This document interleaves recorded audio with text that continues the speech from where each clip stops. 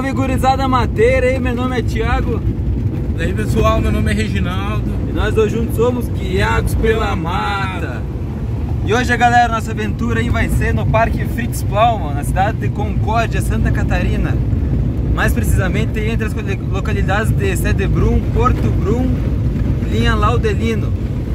Pessoal, e inclusive esse parque aí que nós vamos estar mostrando para vocês hoje, esse parque aí também é uma unidade de conservação ambiental e aqui localiza-se o último remanescente de uma floresta estacional decidual. O que é remanescente, pessoal? Remanescente é o que resta, é o que sobrevive. Então, só para vocês entenderem a importância deste parque, aqui ó, nós encontramos vários exemplares, espécies da flora como canafístula, Agrápia, angico vermelho, cedro e entre outras, né, pessoal? E esses indivíduos remanescentes são muito importantes, eles produzem sementes que estão repovoando toda essa área. E a sobrevivência dessa floresta depende da conservação e da preservação deste parque.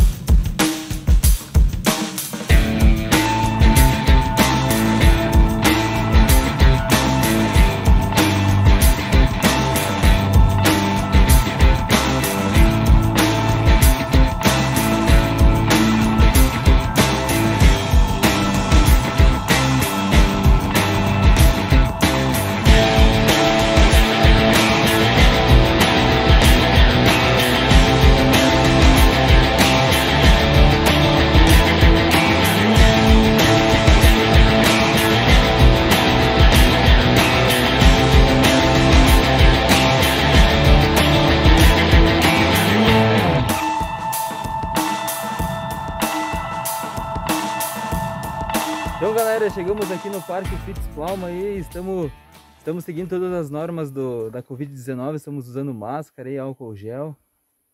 Pessoal, estamos aqui com o Adrien, que está nos recepcionando. Prazer aí, pessoal. Vamos estar encaminhando o pessoal aí no passeio hoje pelo parque, então. É isso aí. Bora lá então, valeu, galera. né? Como orientação inicial, a gente vai estar pedindo aí o pessoal preencher o nosso pré-visita, né? Que é um formulário que vai estar direcionando o nosso atendimento. A gente também possui o pós-visita, mas esse aí é depois do passeio, seria mais uma avaliação do visitante, né? Em primeiro momento, então, é importante que todo público que esteja visitando o parque preencha aí com a finalidade da gente entender melhor o público que está vindo e direcionar de maneira adequada o esforço de atendimento, então.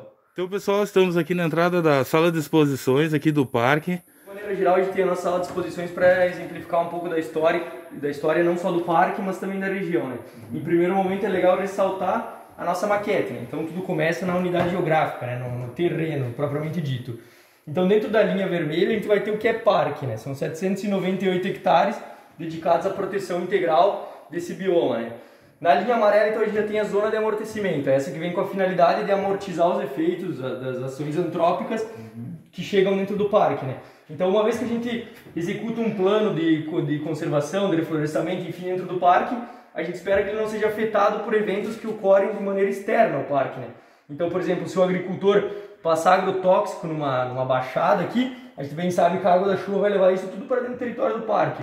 Então, além da linha do parque, a gente também estende a linha de zona de amortecimento como uma maneira de precaver justamente, né, esse possível efeito antrópico aí que vai estar se debatendo sobre a área do parque, né? De maneira geral, a gente também, o nosso parque é dividido em duas glebas, né? Então a gente tem a porção da ilha e a porção que é terra propriamente dita, né? Vale ressaltar que ela é uma ilha artificial, né? Aqui a gente consegue ver bem isso. Então a gente tem a calha antiga dos rios, né? Antes da formação do reservatório da usina hidrelétrica de Itá e depois do fechamento das comportas, então a gente tem em azul escuro qual que é a atual calha dos rios, né? Então eu não citei, peço desculpas, mas enfim, vale citar que o parque ele foi criado somente em função do empreendimento da usina hidrelétrica e por compensação ambiental, né? Então, dados os danos ambientais gerados aí pelo acúmulo de água no reservatório, acabou surgindo a necessidade, então, de estar se criando um parque, não só esse, né, mas no Rio Grande do Sul outro também, para estar compensando esses danos. O objetivo do parque, né, que é a proteção integral da floresta estacional residual. Essa conformação florestal ela é inserida no bioma de Mata Atlântica e é a conformação mais ameaçada do bioma de Mata Atlântica. Também vale ressaltar que das 10 unidades de conservação que a gente tem no estado, apenas uma, que é o Parque Fritz Plaumann, contempla esse tipo de fisiologia florestal, né? Eu gosto de destacar o porquê do nome estacional decidual. Então, estacional vem de estação e o decidual vem da queda das folhas, né? Da deiscência. Então a gente tem que a copa, né? O dossel da floresta, mais de 50% dele perde as folhas durante a estação mais seca e fria, né? Obviamente o nosso inverno.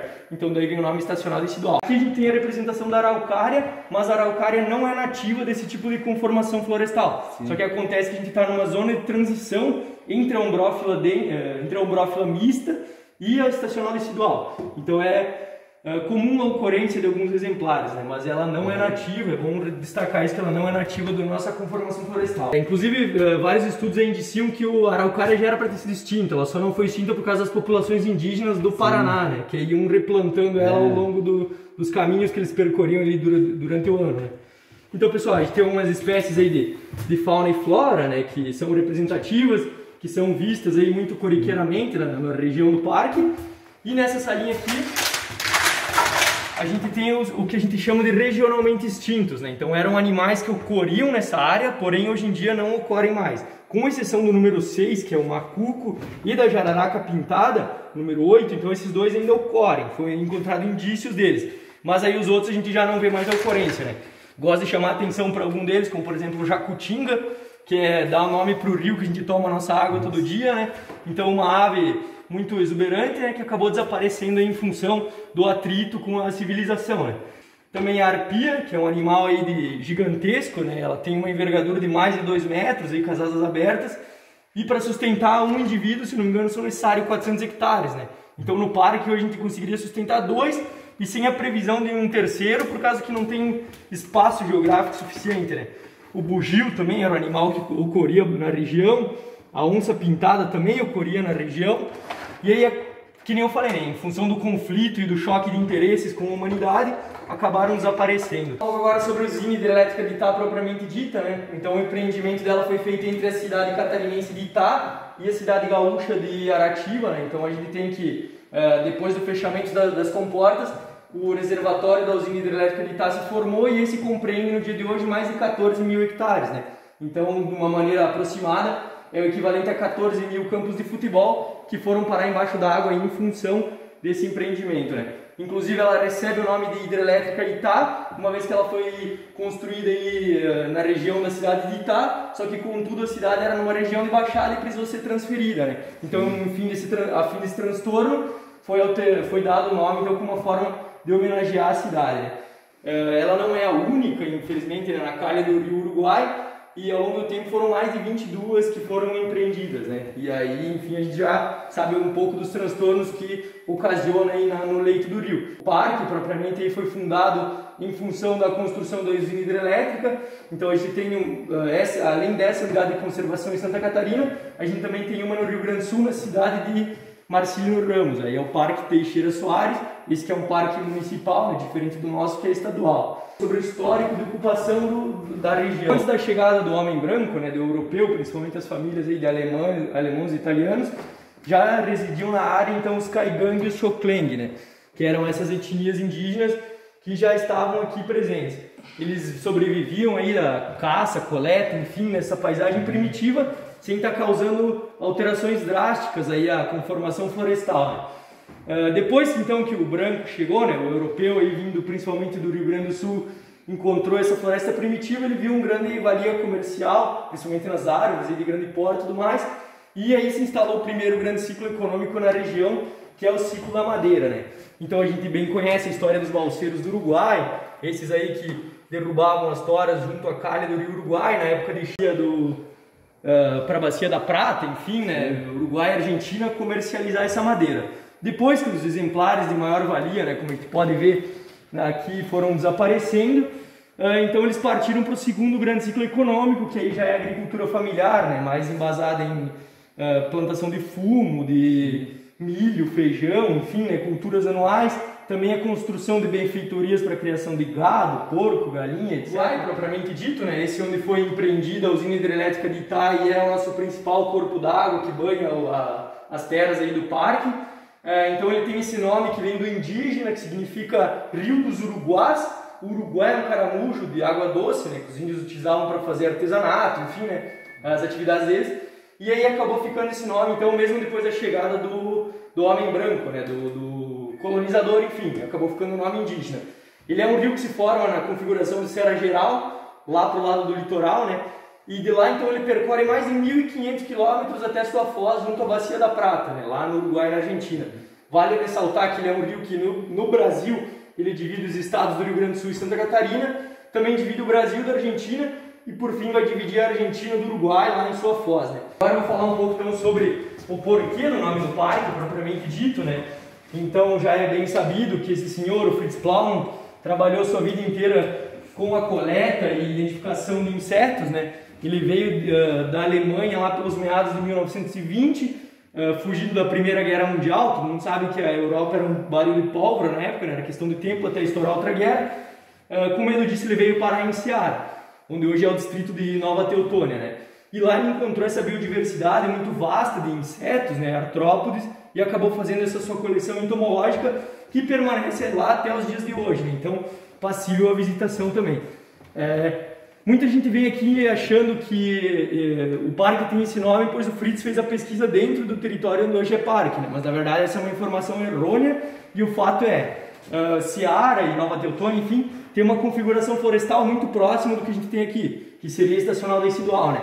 E dessa forma, fazendo essa pesquisa dentro dessa conformação florestal, ele acabou elucidando, né? Enfim, encontrando espécies que muito provavelmente também existiam aqui, né? Onde hoje é parque, né? Vale ressaltar que alguns desses aqui estão em escala natural, 1 para 1, né? Então a gente vê a dimensão colossal que tinham esses insetos, né?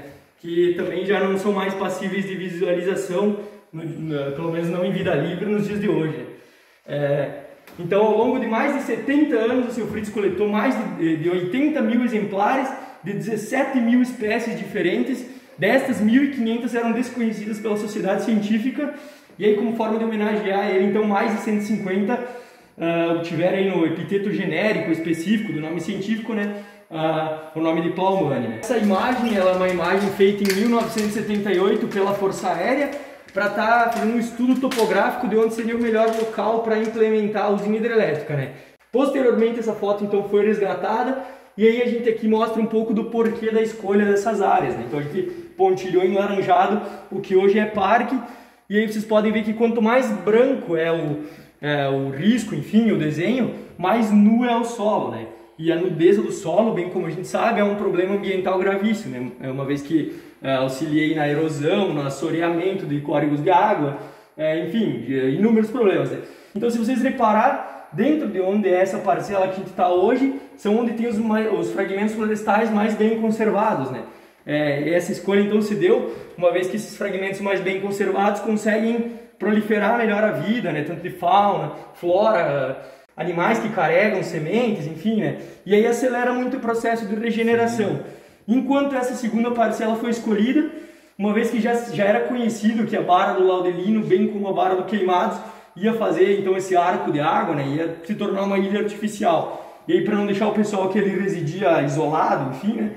Foi decidido tirar todo mundo ali e doar como território de reserva também. Enfim, aqui a gente tem a parte que contempla as ameaças que o parque sofre, né? Então a galharia vai representar a derrubada, né? O desmatamento, que é recorrente.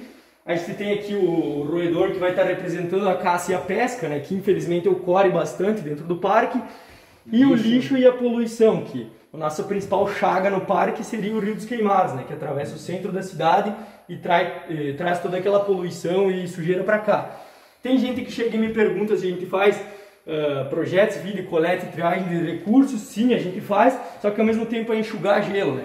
Porque o serviço que a gente tem que prestar, na verdade, não é recolher o lixo do pessoal do centro, mas é conscientizar o pessoal do centro que não se deve jogar lixo e poluição, enfim, dentro do rio, né? Pessoal, depois desse banho de conhecimento aqui, nós queríamos agradecer aqui ao nosso monitor Endriel. E nós vamos lá, né? Bora para as trilhas agora, conhecer.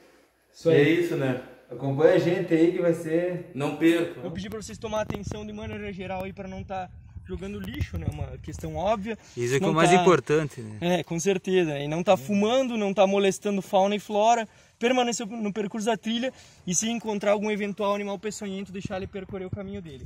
E eu acho que é isso aí, pessoal. Podem retirar a máscara e uma boa trilha pra vocês. Não, então tá, né? Fechou, então. Então. Valeu aí. Opa, já quase obrigado. Isso aí, tamo junto, gurizada. Valeu. Uhul!